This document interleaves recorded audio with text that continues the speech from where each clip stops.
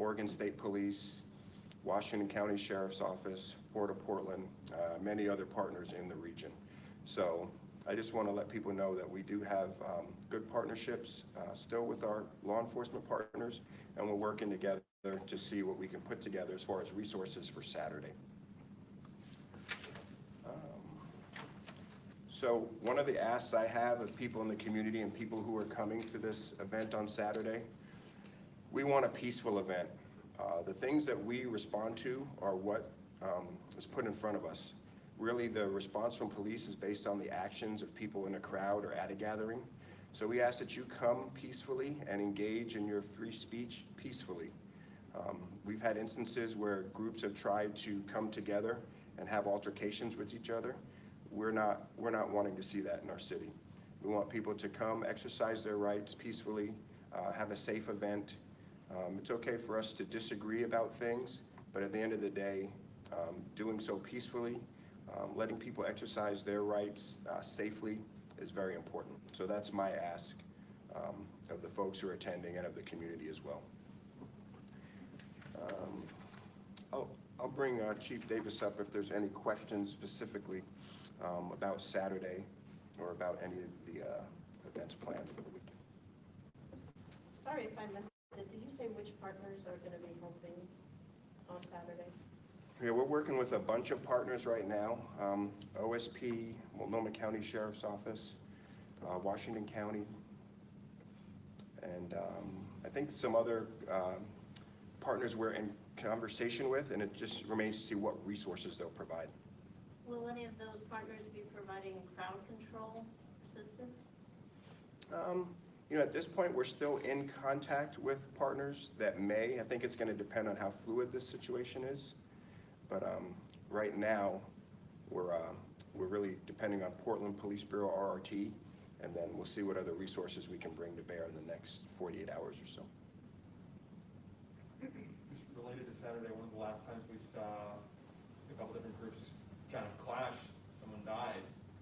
What are you guys doing now to protect the safety of those people who are at these protests as well as the rest of the community? Sure. Our goal, like I said, is to be able to keep folks apart. I mean, these are very fluid, and it's very possible small factions can break off and go to other places. So we're trying to posture ourselves where we can respond to things that might take place in other areas or throughout the city. But you know, at the end of the day, we can't be everywhere. We can only do the best we can do with our resources. But our goal is to really keep people apart, let people have a safe event, and kind of exercise their free speech rights safely. Do you anticipate these groups trying to meet up again somewhere in the city, or do you think they're going to stay in the parts of town that they've kind of said that they would at the beginning? My hope is that they'll stay in the areas that they're talking about right now. Our goal and our hope is that they do not try to come together and have altercations or conflict with one another. But at the same time, we don't always get to control that either. But that's our hope, and that's what we're hoping they'll do. Does Portland Police plan on being in the streets, or are you guys taking more of an approach of watching and reacting to kind of what takes place between these two groups? Our plan is to have a very visible presence and to be very visible. But at the same time, it's going to depend on what our resources are, how many people show up, what activities they engage in. If we're resourced and can safely interact in violent conflict, we'll make that determination based on the situation. But our goal is to definitely have a high visibility and let people know that we're in the area. How many officers from the Portland Police Bureau do you expect to have on the ground on Saturday to be highly visible like that? Yeah, that might be a better question for Chief Davis. Yeah, thank you. I can talk a little bit more about some of the specifics. I don't want to give away too many of our the operational details, obviously, like exactly how many officers we'll have where, but what I can say is that we have canceled regular days off, and we anticipate having a fairly large number of our officers here, as well as some number of officers from other agencies. All the other agencies in the area are fairly resource stretched like we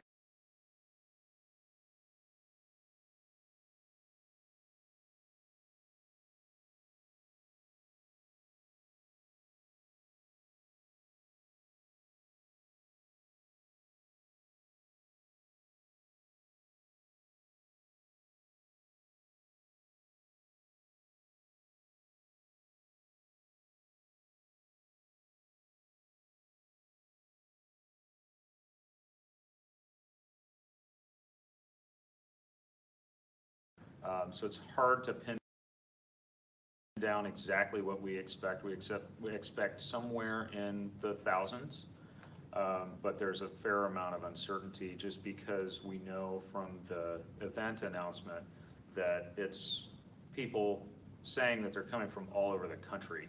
And so when it's not an event that's mostly local people, those crowd estimates can be pretty imprecise.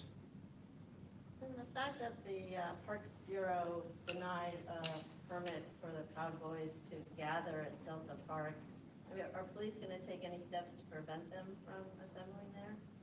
No, because the permit was denied on the grounds that it violates the governor's COVID orders, but there's a fine balancing act that we have to do between those legitimate public health guidelines and then people's rights to free speech. And so it's especially challenging if we're going to say, we're going to take some kind of enforcement action against 1,000 or more people who are there for a free speech event, particularly when we've had a lot of free speech events since May 29th with thousands of people in them. One thing we would ask, obviously, is the same public health asks that there are of all of us, that people wear masks, that they try to maintain social distancing because there is still a COVID crisis going on.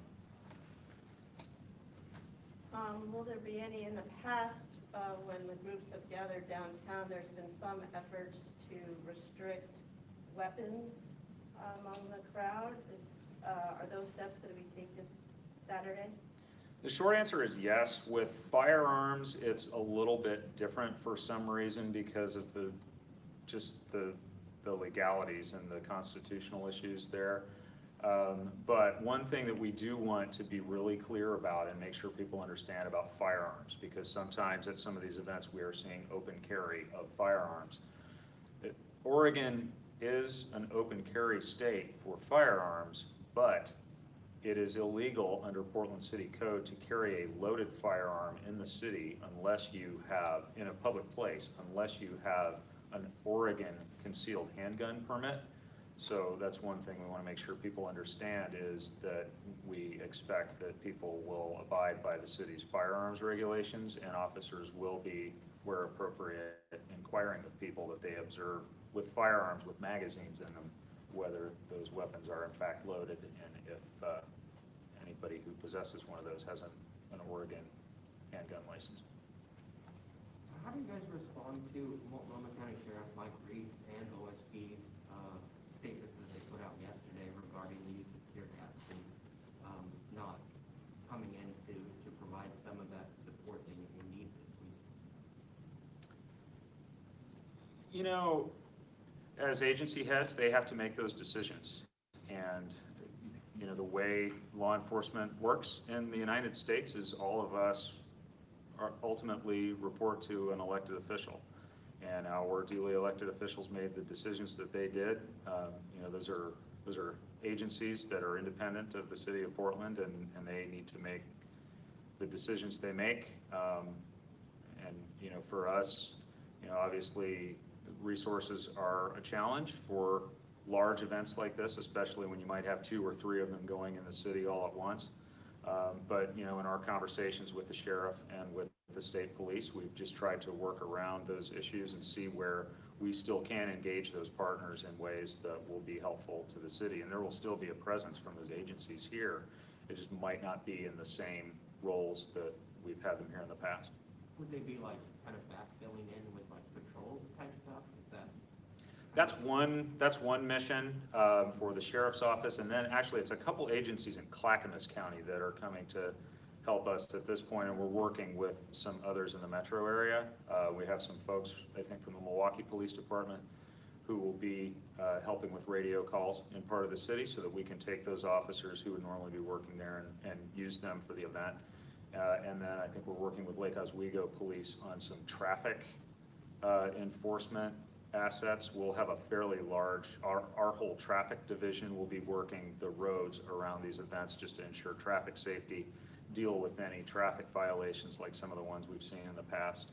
There's the I-5 construction over the weekend that causes a pretty big traffic concern. So that's a big part of our plan, is to manage that. So we'll get some help, at least from Lake Oswego with that. By Saturday, there may be more, but between us and the mayor's office, we're working on shoring up some of those assets. Are you still expecting 2 events Saturday at noon, or have you learned more or any changes? Right now, I believe we are expecting 2 or 3. There may be a third one planned for Waterfront Park, but we're trying to get some more details about that. I thought there was 2 at Delta Park, 1 at Peninsula Park, and then you're saying now there's 1 more? There's 1 at Delta Park and there's 1 at Peninsula Park. And then there may be 1 at Washington Park as well. Or, excuse me, Waterfront Park, not Washington Park, 2 different places. I want to revisit the beginning of what we were talking about with that Molotov cocktail or whatever device you want to call it. We saw some of the arrest log this morning. Someone was charged with attempted murder. Is that related to what we saw with the Molotov cocktail? I don't want to comment a whole lot on an open investigation, but, and I don't want to talk too much about that because that attempted murder incident is still under active investigation, but I anticipate we'll be releasing some more information about that case in particular very soon. Last night, there were federal officers out on the street as well.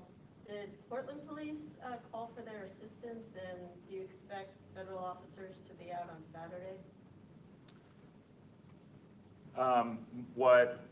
My understanding of what happened last night is it got so violent out here that the Federal Protective Service called and asked if we needed their help, and our incident commander decided that we did. And what was reported to me was a very chaotic scene, and obviously you saw some of the images of what was going on out there. We do not anticipate asking for their assistance on Saturday. That was more of an emergency need in the moment, considering how violent it got out here last night. And just to follow up on that question, was it federal officers who used tear gas last night? I don't believe anyone used tear gas. I heard that there might have been some talk that there might have been, but I just wanted to clarify that. No, I don't know of any tear gas that was used. In previous situations like this where there have been opposing groups in the city, obviously somebody died, just previously mentioned. What are you doing differently this time to keep people from fighting each other in downtown after these events are over? Because that was, the caravan, that's what happened, right? So, Right. Is it legal? And can you block off entry points to the city from the freeways? Is that constitutional? And can you do something? We have the lawful authority to direct traffic on city streets under Portland City Code. Obviously, we have to be able to articulate some reason for doing that, and we have to be very careful not to block a street or deny access to an area strictly because of somebody planning to exercise their First Amendment rights there. If we are trying to prevent violence, that is an option that we have. It's not the kind of thing that we will be able to come out publicly and say we're going to shut down downtown at this time, because it really just depends on the situation on the ground. It's also a very, very resource intensive thing to do, to shut off part of the city. So as a practical matter, it's very difficult to say shut down all of downtown. But we can, we do have the lawful authority to regulate traffic in order to maintain public safety. Does that answer your question? And I guess just more generally, what are you looking at differently this time based on what happened the last time? First of all, we're trying to have a lot more resources in place and a lot more visible, just uniform police presence, rather than such a heavy focus only on specialty crowd management public order units. And we will be doing a lot of just regulating of traffic on the way into and out of these events to facilitate the movement of traffic. One of the problems that we had at that event on was that the 29th, that column of vehicles got stopped at one point, and we had to get some officers to where the blockage was to fix that problem and get traffic moving again. So one of the specific things that we're going to try and do is keep traffic moving and avoid that situation where you have a bunch of traffic just stopped for a long period of time. Creates those flashpoints. Real quick, we had a hiatus basically in some of the protest activity due to the wildfire smoke. Two parts. Have you guys noticed any differences in some of the activities that you've been seeing since then, or maybe expect moving forward? And have you changed anything that the police bureau is doing in response to some of these demonstrations? Well, we certainly, last night, we saw a level of violence that I don't think we've seen yet. And so that trend is not good, but that's last night. And so, you know, I can't say that just because last night was exceptionally violent, that that's the beginning of a trend. I certainly hope not. You know, we have evolved our approach to this all along because our goal is really to have the minimum amount of police intervention necessary to solve whatever the problem is. But we're really kind of at the mercy of the people who show up, in this case, right outside this building last night, and what they intend to do. You know, we have tried, obviously, a number of approaches over the summer, right? We tried to fence off part of downtown. That fence became the focal point for a while. We reduced the fence to try to de-escalate that. Then this building became the focal point. So we have had to shift as the people who show up in various parts of the city every night have shifted their approach. But we certainly hope that, you know, the use of fire bombs and the kind of violent attacks on our police officers that we saw last night won't happen anymore. That's unacceptable, I think, for everyone. Anything to clarify with regard to outside agencies specifically? Oh, just that, like I said, you know, we're in ongoing discussions with outside agencies. So just to clarify the agencies that we're working with right now, we have commitments from the state police, from the Multnomah County Sheriff's Office and these are for various things, not necessarily for crowd management, public order policing specifically. But state police, Multnomah County Sheriff's Office, the Lake Oswego Police Department, and the Milwaukee Police Department. And we are still working on some of the Washington County area agencies. We've got calls in to some of them, and we just haven't been able to connect yet. That's less than the number of officers or other agencies that helped out last August. Yes. We had 14 agencies last August. One last question, sir? Yeah, it's the same organizers from last August. Are you guys going to definitively say you're going to separate the crowds? I know you guys talked about it before. And the second thing is, if people have guns, is that something where you will intervene in the situation? Or, you know, we saw that with just outside Justice Center, somebody pointed a gun. What's the bright line there? So yes, I believe it is the same organizers, and you know, again, we're trying to be very clear in the messaging about the rules with regard to guns. I will tell you that our preference would be that we don't bring guns. There's really, I don't see a real need to bring guns to an event like this, although it's not my decision. Certainly, that causes us a heightened level of concern if you have two groups of people, some number of whom on either side are armed with firearms, that come into conflict with one another, and it would be important to try to resolve that conflict as quickly as possible. The challenges are that, you know, if you have groups numbering in the hundreds to thousands, that's a really difficult task, even if no one is armed. So that's why our primary goal will be to keep these groups out of contact with one another completely. That's really the safest way to get through this event. And of course, we're going to ask for the cooperation of people involved in these events, to just understanding that in the past it has gotten so heated that sometimes there's been violence. Just stay apart so that we can avoid having people get carried away with the moment and have some of the scenes that we've seen here before. We just don't need to have that in our city. I guess can I ask one more question about the venue itself part? Were the organizers the ones who decided on their own to move to that location, or did the city encourage them in any way to pick a